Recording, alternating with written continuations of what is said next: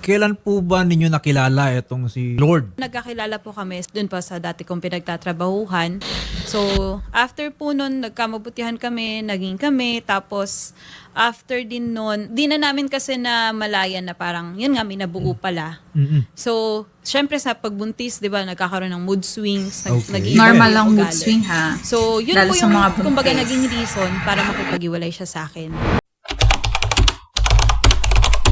Medyo kasi in denial pa ako before kasi nga ako po breadwinner sa amin. Parang kumbaga, parang sabi ko parang baka delay lang ako, ganon. Pero eventually, syempre po, yun lumabas nga po na buntis nga po ako, positive. Sinabi ko rin po sa kanya yon. Yung moment po kasi na yun, nag-a-apply siya pa ibang bansa. Tapos, nung sinabi ko po yun sa kanya, sabi niya, sige, susustentuhan niya. Ibig sabihin po, hindi naman niya itinatanggi Yes po, hindi. na anak po niya ito pong bata. Yes po. Okay? Pumirma ba siya sa birth certificate nitong bata? Ayun po, regarding po doon, sa birth certificate po ng bata, sa akin po naka-apelyido yung bata. Wala pong issue doon, no? Kung sa inyo po talaga naka-apelyido at the end of the day, hindi naman po kayo kasal ni Sir Lord, pero meron ba siyang acknowledgement na anak po niya yon? True sa pag-uusap din po naman namin, alam niya rin Okay. po yun. Then, alam niya rin po na hindi ko na nga po naiapelido sa kanya kasi nasa ibang bansa na siya noon. Nung panahon na yon? Opo. And Okay.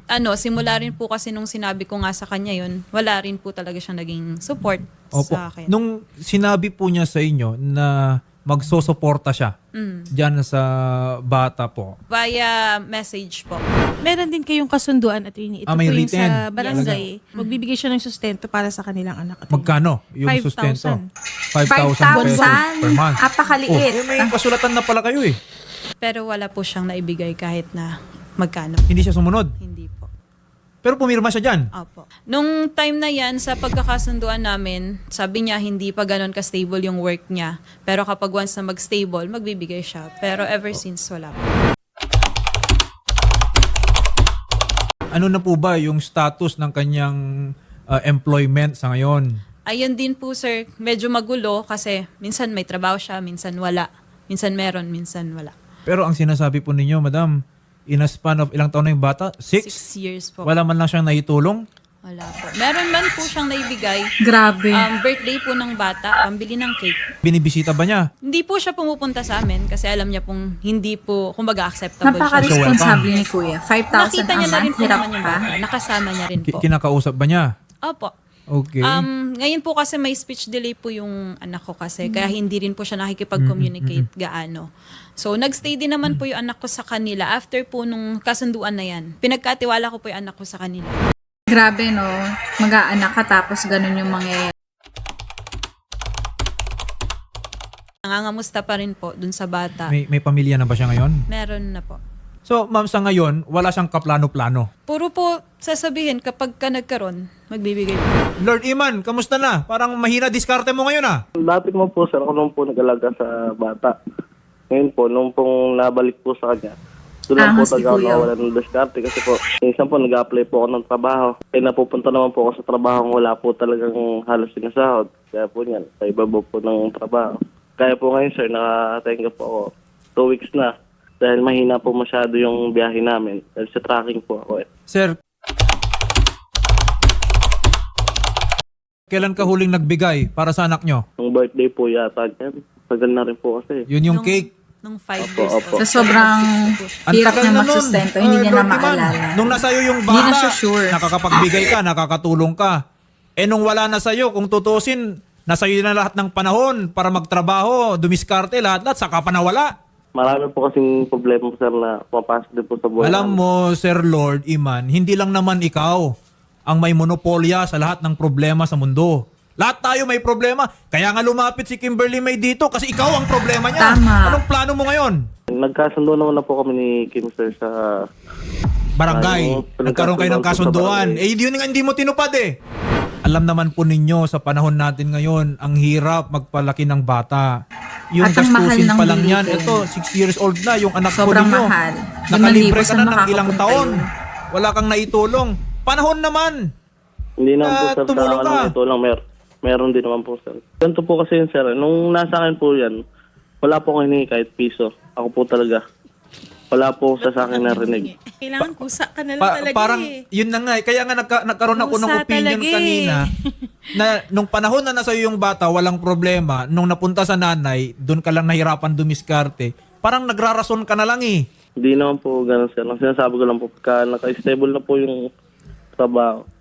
Kailan pa bibigyan mo. magiging stable yan? Lord, Have mercy. Lord have mercy daw. Hindi naman po pwedeng kukulitin kayo palagi. Dapat kayo po yung nagkukusa. May kailangan ba Magkukusa. yung bata? Anak-anak Pasukan eh, na. tama. Baka naman maitulong ako. Yun po sana yung inaantay po ni Ma'am Kimberly, Sir Lord. Opo. Oo. Siyempre, Sir, Pag-usap naman na po kami, ma'am, sa ano. Pagka po hindi po ako nagbigay, tsaka na lang po eh. Hindi, ganito, Sir Lord, no? Grabe naman yung... Kasi ganun lang din po paulit-ulit. Pwede bang ganito ang gawin natin, Lord? Total, meron naman na kayong kasulatan eh. At nabanggit naman ni Ma'am, kung tutuusin nga, yung 5,000 kada buwan eh, maliit na yun para dun sa anak mo, lumalaki na yun. Eh, si Ma'am Kimberly, taking into account your present circumstances, is handa rin naman na babaan pa lalo. Buti na lang, mabait tong si Kimberly. Sa ngayon, Opo. Mabait na pwede po bang yun talaga. mag-commit ka sa kanya kung magkanong amount ang kaya mong ibigay sa bata every week or every 2 weeks? Kung magkano po yung kaya ko, halimbawa, kaya po ng 5K, ibibigay ko po talaga. Eh, kaya mo ba Pero 1K a sinasabi week ko, ngayon? Sa baka- ngayon lang muna. Opo, weekly, gano'n po, weekly. Kasi pag isang bigay po, talaga, mahirapan po ako. Kung weekly po, medyo maluwag-luwag. Alam mo, kailangan nating palitan yung mindset mo, Lord. Okay? Ang isipin 1K mo, a week, maliit meron kang yun. anak, kailangan kong magtrabaho. Hindi yung kailangan kong magtrabaho para makahingi sa akin si Kimberly. Hindi ganon. Hindi Unahin naman po ganun ninyo kasi yung... binubuhay din po ako ngayon eh. Yun na nga eh. Ilan ba binubuhay mo ngayon? Isa lang po naman, 6 months ko po. So may 6 months ka at meron kang Grabe, may 6-year-old. bata pa siya. Opo. Kaya kahit ano nga pong trabaho, pinapasok ko po ngayon. Kahit po pagtitinda. Alam, nakikita din naman po niya diskarte ko. Kaso nga lang po talaga. Talagang sumasakto lang po minsan. Minsan meron. Minsan Lord, po narinig mo na ba yung vowsy? Hindi pa po. Well, ngayon maririnig mo na. RA 9262, Violation Against Women and Children. Kasama dyan yung tinatawag natin na economic abuse. Ito po is yung nakikita po ng batas o ng husgado na yung suporta mo is merong parang pamamaraan para i-control yung pamilya. Hindi naman para kay Kimberly to eh, para sa anak nyo to. Sa totoo lang, alam mo dapat yan. Alam mo ba na may speech condition yung anak mo? Opo, nasabi naman na po niya sa akin. Oh, eh alam mo pala, hindi ba dapat Grabe. ang gawin mo is magpaka-sipag pa ako lalo para may pampagamot kami dun sa bata. Hindi yung saka na lang kung may madiskarte ako, eh di saka ako magbibigay. Hindi, isipin mo, may pangangailangan yung anak ko, kailangan ko talaga magtrabaho. Sa ngayon, wala daw kasi muna siyang Pagiging pinagkakakitaan. responsable lang talaga. Pero willing siya mag-commit. No? Weekly 1K. So lumalabas from 5K. Bababa lang tayo ng 4K. Sa ngayon lang to ha. Lord, wala ka pang pinagkakakitaan. Pero syempre, kung meron ka ng stable na trabaho, balik tayo dun sa talagang kasunduan ninyo. Opo. Baka po pwede pag po okay na yung usapan dito, tapos stable na po yung pagpadala ko. Baka po pwede niya rin sa akin pahirma yung bata kahit. Ay, definitely. Ma'am, hindi po natin pwedeng ipagkait yung bata ha. Apo, hindi ko po talaga pinagkakait sa kanyang bata. Hmm. Siya mismo nagsasabi sa akin, even birthday ng bata, lalabas niya yung bata. Sabi niya sa akin, dadaan siya sa amin. Sabihin ko daw kung kailan ako magre-rest day para mailabas namin yung bata. Ilang beses po na ganun. Lagi ko Ang ganda sinasabi pa sa ng kanya, pangalan niya, pinaasam no? na naman yung bata. Lord Hindi ko po Iman. pinagkakait sa kanya yung bata. Ang dating ata kay Sir Lord, parang hindi niya mahiram yung bata. Hindi po. Sir, na, Lord, Lord ano pa. po ba ang plano ninyo? No? Every week ba yan? Every once a weekly month? po. Ano ba? Pag po may 3,000, 5,000, napakababa nun. Okay. Hindi, ganito. Karapatan mo yan, Sir Lord, ha? Na mabisita po yung 6-year-old ninyo. Anak nyo naman po yan.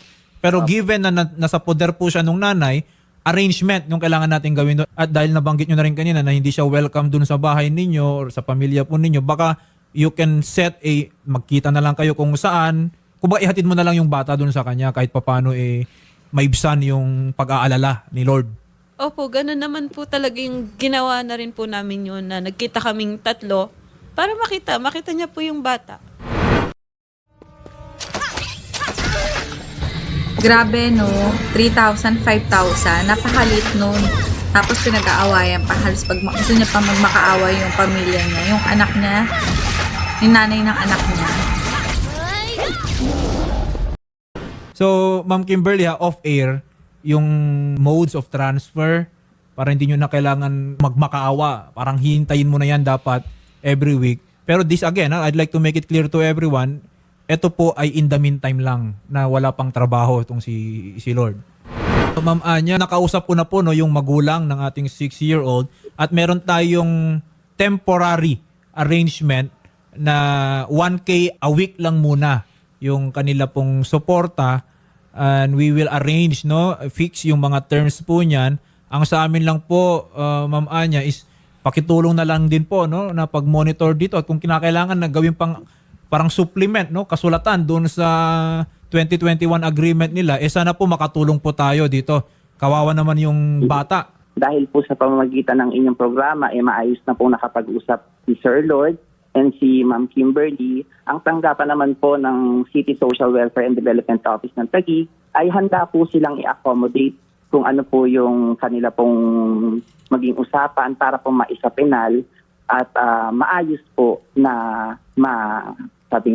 ma-record po sa kanilang reference sa pagtupad po ng kanila pong mga tungkulin at obligasyon. At Ma'am Anya, baka naman may programa rin po ang inyong tanggapan para sa katulad po ni Ma'am Kimberly at dun sa bata. Yung bata po is may Speech delay. speech condition, speech delay daw po. Baka may programa lang din po tayong pwedeng ihandog sa kanya, sa pamilya po niya. Very much welcome po yon. Aayusin po natin yung pagkakaroon po ng PWD ID ng kanila pong anak para po at least magamit na po ito sa mga diskwento at ma-enjoy na rin po ng kanila pong anak kung ano man po ang mga programa at serbisyo na nakalaan po para sa mga PWD na pinaprovide naman po ng Taguig City Government. And dito rin po sa Taguig City Government, dahil narinig ko po kaganina, meron pong speech delay yung kanila pong anak, meron po tayong tinatawag dito po na Yakap Center and meron po dong mga center-based therapy po na pwede po nating ma-refer yung si Ma'am Kimberly po. Ayan, napakalaking tulong po ang inyo pong may hahandog dito kay Ma'am Kimberly at sa 6 years old po nila. Ma'am Anya, napakasarap pakinggan yung mga Salamat maari po nilang matanggap. Ayan po, Ma'am Anya, we will coordinate with you para po yung kung ano mga requirements para dyan sa mga benefits po na yan, agaran po nating maihandog dito po sa bata. Maraming salamat po sa inyo. Salamat po. Mabuhay po Attorney. kayo. Salamat po.